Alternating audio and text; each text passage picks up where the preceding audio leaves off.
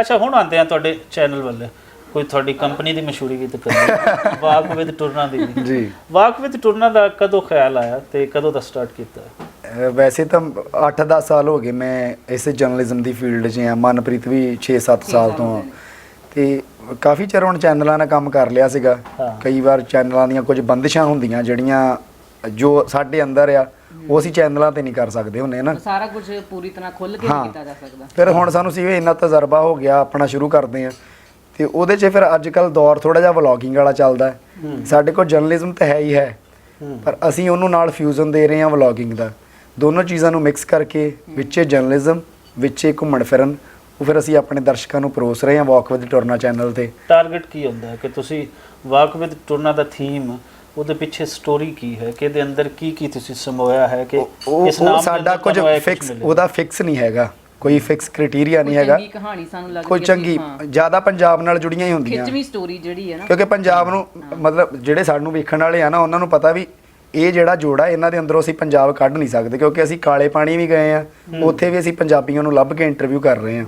ਮੱਧ ਪ੍ਰਦੇਸ਼ ਗਏ ਸੀ, ਉੱਥੇ ਵੀ ਮੱਧ ਪ੍ਰਦੇਸ਼ ਗਏ, ਉੱਥੇ ਵੀ ਇਦਾਂ। ਮਤਲਬ ਸਾਡੇ ਅੰਦਰ ਆ ਵੀ ਪੰਜਾਬ ਤੋਂ ਜਿਹੜੇ ਬੰਦੇ ਮੂਵ ਕਰਕੇ ਕਿਤੇ ਹੋਰ ਗਏ, ਉੱਥੇ ਤਰੱਕੀ ਕੀਤੀ ਉਹਨਾਂ ਨੇ, ਉਹਨਾਂ ਨੂੰ ਦਿਖਾਈਏ ਯਾਰ ਆਪਦੇ ਲੋਕਾਂ ਨੂੰ ਵੀ ਸਾਡੇ ਬੰਦਿਆਂ ਨੇ ਕੀ ਕੁਝ ਕੀਤਾ। ਤੁਸੀਂ ਜਿਹੜੀ ਪੰਜਾਬੀਆਂ ਦੀ ਸਕਸੈਸ ਸਟੋਰੀ ਉਹ ਦਿਖਾਉਣੀ। ਕੋਈ ਐਸੀ ਥਾਂ ਜਿੱਥੇ ਤੁਸੀਂ ਗਏ ਹੋ, ਕਿਸੇ ਐਸੇ ਬੰਦੇ ਨੂੰ ਤੁਸੀਂ ਮਿਲੇ ਹੋ ਕਿ ਉਹਦੀ ਸਟੋਰੀ ਨੂੰ ਬਹੁਤ ਜ਼ਿਆਦਾ ਲੋਕਾਂ ਨੇ ਲਾਈਕ ਕੀਤਾ ਹੋਵੇ, ਔਰ ਉੱਥੋਂ ਤੁਹਾਨੂੰ ਇੱਕ ਇਹ ਚੀਜ਼ ਮਿਲੀ ਹੋਵੇ ਕਿ ਸਾਨੂੰ ਇਹਦੇ ਤੇ ਇਸ ਤਰ੍ਹਾਂ ਦਾ ਜਿਹੜਾ ਕੰਟੈਂਟ ਹੈ ਉਸ ਤੇ ਜ਼ਿਆਦਾ ਕੰਮ ਕਰਨਾ ਚਾਹੀਦਾ? ਉਹ ਤਕਰੀਬਨ ਸਾਨੂੰ ਨਾ ਹਰੇਕ ਜਗ੍ਹਾ ਲੱਭ ਹੀ ਜਾਂਦਾ।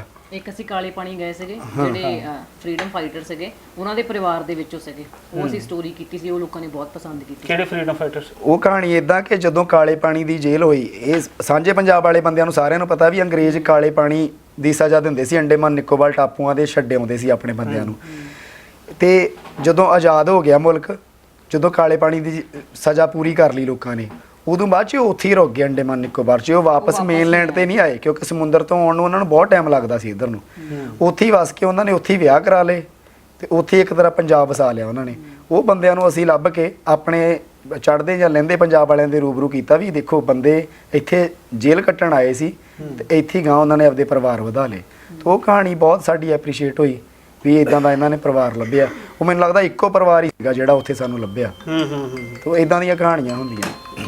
ਤੇ ਇੱਕੋ ਪੰਜਾਬੀਆਂ ਵਾਲੀ ਜਿਹੜੀ ਸਿੱਖਾਂ ਨੇ ਟਾਪੂ ਵਸਾਇਆ। ਹਾਂ, ਇੱਕ ਉਹ ਤੁਸੀਂ ਦੱਸੋ ਵੀ ਬੜਾ ਕਮਾਲ ਦਾ। ਇੱਕ ਜਿਹੜਾ ਸਿੱਖਾਂ ਨੇ ਪੰਜਾਬੀਆਂ ਨੇ ਟਾਪੂ ਵਸਾਇਆ ਸੀ, ਅੰਡੇਮਾਨ ਨਿਕੋਬਾਰ 2 ਟਾਪੂ ਨੇ, ਉਹਨਾਂ ਦੇ ਵਿੱਚ ਨਿਕੋਬਾਰ ਟਾਪੂ ਜਿਹੜਾ ਗ੍ਰੇਟ ਨਿਕੋਬਾਰ ਜਿਹਨੂੰ ਕਹਿੰਦੇ ਆ, ਉਹ ਪੰਜਾਬੀਆਂ ਨੇ ਵਸਾਇਆ ਸੀਗਾ। ਇਹ ਵੱਡੀ ਗੱਲ ਸੀ, ਇਹ ਅਸੀਂ ਸਟੋਰੀ ਜਾ ਕੇ ਕੀਤੀ ਹੈ ਉੱਥੇ। ਬਹੁਤ ਘੱਟ ਲੋਕ ਉੱਥੇ ਗਏ ਨੇ ਤੇ ਸਾਡੇ ਲਈ ਮਾਣ ਵਾਲੀ ਗੱਲ ਹੈ ਕਿ ਅਸੀਂ ਸਟੋਰੀ ਕਰਨ ਲਈ ਉੱਥੇ ਗਏ ਸੀ। 2 ਦਿਨ ਦਾ ਜਹਾਜ਼ ਦਾ ਸਫ਼ਰ ਕਰਕੇ, ਸਮੁੰਦਰੀ ਜਹਾਜ਼ ਦੇ ਵਿੱਚ ਵੀ 2 ਦਿਨ ਲੱਗਦੇ ਆ ਸਾਨੂੰ। ਉੱਥੇ ਜਦੋਂ ਅਸੀਂ ਪਹੁੰਚੇ ਆ, ਜਿਹੜੇ ਉੱਥੇ ਲੋਕ ਵੱਸਦੇ ਆ ਨਾ, ਉਹ ਕਹਿੰਦੇ ਸੀ ਵੀ ਸਾਡੇ ਇੱਥੇ ਰਿਸ਼ਤੇਦਾਰ ਮਿਲਣ ਨਹੀਂ ਆਉਂਦੇ ਸਾਨੂੰ, ਤੇ ਅਸੀਂ ਤੁਹਾਡਾ ਧੰਨਵਾਦ ਕਰਦੇ ਵੀ ਤੁਸੀਂ ਸਾਨੂੰ ਇੱਥੇ ਮਿਲਣ ਆਏ ਹੋ। ਕੀ ਲੱਗਦਾ ਹੈ ਕਿ ਪਬਲਿਕ ਇਹ ਚਾਹੁੰਦੀ ਹੈ, ਖਾਸ ਕਰ ਅਗਰ ਅਸੀਂ ਪੰਜਾਬੀਆਂ ਨੂੰ ਦੇਖੀਏ ਤੇ ਯੂਥ ਇਸ ਚੀਜ਼ ਵੱਲ, ਇਸ ਟਰੈਕ ਤੇ ਚੱਲਦੀ ਹੈ, ਪੰਜਾਬੀਅਤ ਦੇ ਟਰੈਕ ਵੱਲ? ਕਿਉਂਕਿ ਇੱਥੇ ਮੈਨੂੰ ਜਿਹੜਾ ਬਹੁਤ ਕੁਝ ਸੁਣਨ ਨੂੰ ਮਿਲਦਾ ਹੈ, ਬਾਰ-ਬਾਰ ਇਹੀ ਚੀਜ਼ ਸੁਣਨ ਨੂੰ ਮਿਲਦੀ ਕਿ ਤੁਸੀਂ ਪੰਜਾਬੀ 'ਚ ਕਿਉਂ ਪ੍ਰੋਗਰਾਮ ਕਰਦੇ ਹੋ, ਤੁਸੀਂ ਉਰਦੂ 'ਚ ਕਿਉਂ ਨਹੀਂ ਕਰਦੇ?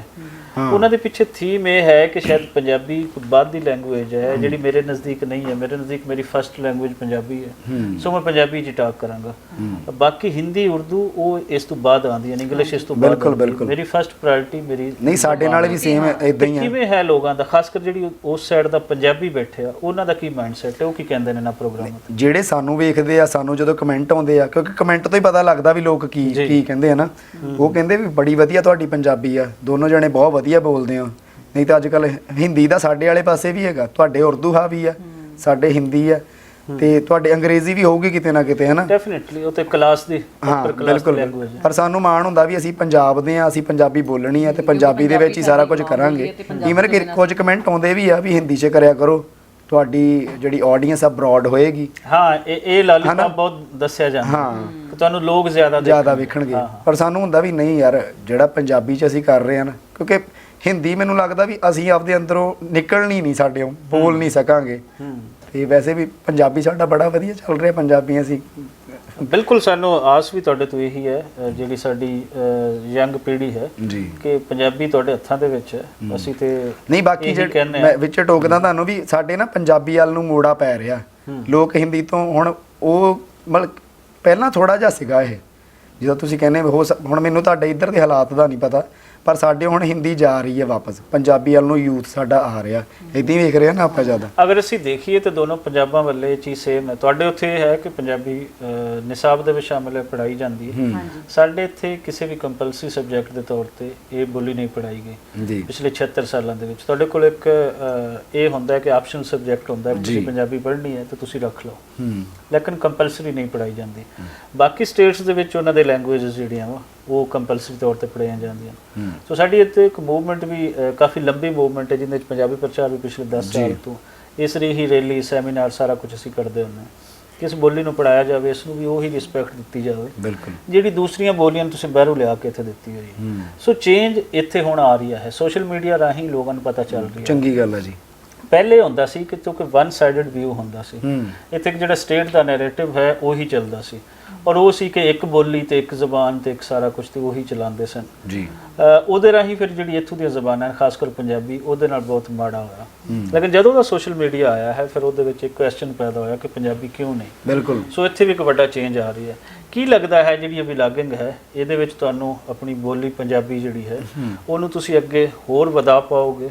ਇਹ ਤੁਹਾਡੇ ਅੰਦਰ ਕਿਤਨੇ % ਜਜ਼ਬਾ ਹੈ ਔਰ ਕਿਤਨੇ % ਤੁਹਾਡੇ ਅੰਦਰ ਇਹ ਜਜ਼ਬਾ ਹੈ ਕਿ ਅਸੀਂ ਜਸਟ ਵਿਊਜ਼ ਲੈਣੇ ਆ, ਵਿਊਜ਼ ਜ਼ਿਆਦਾ ਆਣ, ਪੈਸਾ ਵੈਸਾ ਬਣੇ, ਸਾਡੀ ਮਸ਼ਹੂਰੀ ਹੋਵੇ? ਇਹ ਤੁਹਾਡੇ ਜ਼ਿਹਨਾਂ ਦੇ ਵਿੱਚ ਕਿਵੇਂ ਰਹਿੰਦਾ? ਨਹੀਂ, ਇਹ ਦੋ ਗੱਲਾਂ, ਵਿਊਜ਼ ਵਾਲਾ ਵੱਖਰਾ ਮੈਟਰ ਆ, ਪੰਜਾਬੀ ਵਾਲਾ ਵੱਖਰਾ ਮੈਟਰ ਆ।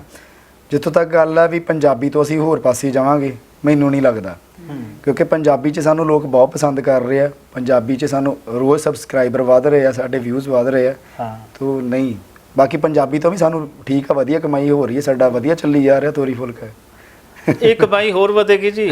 ਇਹਨਾਂ ਦੇ ਵਾਕ ਵਿਦ ਟੁਰਨਾ ਦੀ ਟੀਮ ਦੇ ਨਾਲ ਦੋ ਹੀ ਇਹਨਾਂ ਦੇ ਜੀ ਹਨ ਜਿਹੜੇ ਖੁਦ ਹੀ ਇਹ ਕਰਦੇ ਹਨ, ਵਲੌਗਿੰਗ ਵੀ ਕਰਦੇ ਆ, ਐਡਿਟ ਵੀ ਖੁਦ ਕਰਦੇ ਆ ਔਰ ਪਾਉਂਦੇ ਵੀ ਖੁਦ ਆ। ਸੋ ਇਹਨਾਂ ਦੀ ਟੀਮ ਇਹ ਆਪ ਹੀ ਹੈ ਔਰ ਇਹਨਾਂ ਦੀ ਗੱਲਾਂ ਤੁਹਾਡੇ ਸਾਹਮਣੇ ਲੈ ਕੇ ਆਏ।